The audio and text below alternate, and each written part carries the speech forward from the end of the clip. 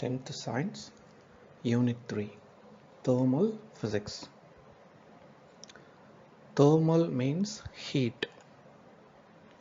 Physics means effect. இந்த லெசனில் சன்னிலிருந்து வரக்கூடிய டூ ஃபார்ம்ஸ் ஆஃப் எனர்ஜி. ஒன்று வந்து லைட், அது செகண்ட் லெசனில் படித்தோம். Another one is heat. Unit 3ல் ஹீட்டை பற்றி படிக்க போகிறோம்.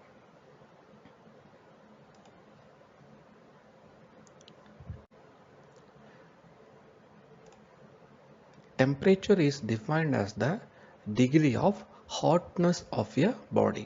ஒரு பொருள் எந்தளவு வெப்பமாகவோ அல்லது குளிர்ச்சியாகவோ இருக்குது அப்படிங்கிறத மெஷர் பண்ணுறதுக்கு இருக்கக்கூடிய தான் வந்து the temperature is higher in a hotter body than for a colder body. It is also be defined as the property or average kinetic energy of the molecules. Units of temperature. Temperature nuடைய SI unit வந்து Kelvin. Other units of temperature are Celsius, degree Celsius, degree Fahrenheit. Thermal equilibrium. ரெண்டு object எடுத்துக்கிறோம். ஒன்று வந்து hot object, அதனுடைய temperature அதிகமாக இருக்குது. Another one is cold object, relatively low temperature. ரெண்டையும் வந்து வைக்கும்போது when a cold body is placed in contact with the hot body, ரெண்டையும் சேர்த்து ஒன்றா வைக்கும் பொழுது some thermal energy, heat energy is transferred from the hot body to the cold body. இது சூடான தண்ணியில் குளிர்ந்த நீரை ஊற்றும்போது சூடான நீரிலிருந்து குளிர்ந்த நீருக்கு டெம்பரேச்சர் வந்து எப்படி மாதிரி நடக்கக்கூடிய அந்த ப்ராசஸுக்கு பேர் தான் வந்து thermal equilibrium. When a hot object is in contact with another cold object, a form of energy flows from the hot object to the cold object, which is known as thermal heat. அந்த form of energy தான் நம்ம thermal energy அப்படின்னு சொல்கிறோம். Thermal energy is also known as heat energy or heat. The unit of heat energy, the SI unit of heat energy is joule. Other units are calorie and kilocalorie. Characteristic features of heat energy transfer. ஒரு இடத்துல இருந்து heat எப்படி another பிளேஸுக்கு வந்து transfer ஆகுது, move ஆகுது அப்படின்னா heat always flows from the higher temperature to a lower temperature. The mass of a system is not altered when it is heated or cooled. For any exchange of heat, the heat gained by the cold system is equal to the heat lost by the hot system. Heat gained equal to heat loss. Effect of heat energy.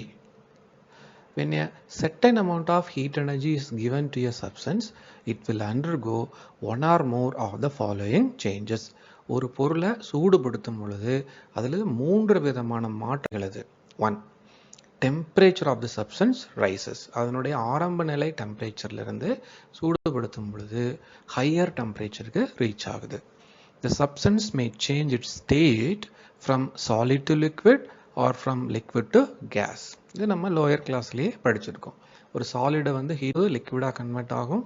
லிக்விடை ஃபர்தராக heat பண்ணும்போது it changes into vapor, that is gaseous state. Third, the substance will expand when heated. ஒரு பொருளை சூடுபடுத்தும் பொழுது அது தன்னுடைய அளவில் பெரிதாகிறது. Expansion of substance. There are 3 types of expansions are there. 1.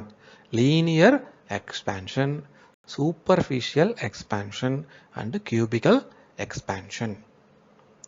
இப்போ இதில் பார்த்தோம் அப்படின்னா ஒரு rod, iron rod or metal rod எடுத்துக்கிறோம். மேலே லென்த் வந்து L0, அதனுடைய இனிஷியல் டெம்பரேச்சர் வந்து T0. இப்போ certain amount of heat வந்து இதுக்கு கொடுக்குறோம். கொடுத்து முடிச்சதுக்கு அப்புறம் என்ன ஆகுது அப்படின்னா, ரெண்டாவதுல இருக்கிற இதில் டயக்ராமில் பாருங்க, அதனுடைய லென்த் வந்து L0 இருந்து பின்னமா மாறி இருக்கு L. ஸோ அந்த இன்க்ரீஸ் ஆன லென்த்தை வந்து ஷேட் பண்ணி காட்டியிருக்காங்க. அந்த இன்க்ரீஸ்டு லென்த்தை நம்ம என்னன்னு சொல்கிறோம், டெல்டா எல். அதே மாதிரி இப்போ இது ஹையர் டெம்பரேச்சரில் இருக்கும். அந்த டெம்பரேச்சர் வந்து T is equal to T0 plus delta T. இந்த டெல்டா டிஃப்ரென்ஸ், ஆரம்ப நிலைக்கும் இறுதி நிலைக்கும் உள்ள டிஃப்ரென்ஸ் தான் நம்ம டெல்டா அப்படின்னு சொல்லி சொல்லுவோம். Therefore, delta L divided by L0 equal to alpha L into delta T. இதைத்தான் நம்ம வந்து லீனியர் எக்ஸ்பான்ஷன் அப்படின்னு சொல்லி சொல்லுவோம். அதாவது ஒரு பொருளை சூடுபடுத்தும் பொழுது அதனுடைய லென்த்தில் மாற்றம் நிகழ்ந்தது அப்படின்னா அதை வந்து லீனியர் எக்ஸ்பான்ஷன் அப்படின்னு சொல்லி சொல்லுவோம். தென் ஏரியா, சூப்பர்ஃபிஷியல் எக்ஸ்பான்ஷன் அப்படிங்கிறது என்ன அப்படின்னா, ஒரு பொருளினுடைய ஏரியாவில் நடக்கக்கூடிய இன்க்ரீஸை தான் நம்ம வந்து சூப்பர்ஃபிஷியல் எக்ஸ்பான்ஷன் அப்படின்னு சொல்லி சொல்கிறோம். பொருளில் இருக்கக்கூடிய சின்ன ஸ்கொயர் சூடுபடுத்துறதுக்கு முன்னாடி, சூடுபடுத்தினதுக்கப்புறம் பெரிய கிரீன் கலர் ஸ்கொயராக வந்து மாறி இருக்கு. ஸோ அதனுடைய ஏரியா வந்து இன்க்ரீஸ் ஆகிருக்கு. அந்த இன்க்ரீஸ்ட் ஏரியாவை நம்ம டெல்டா ஏ அப்படின்னு சொல்லி சொல்கிறோம்.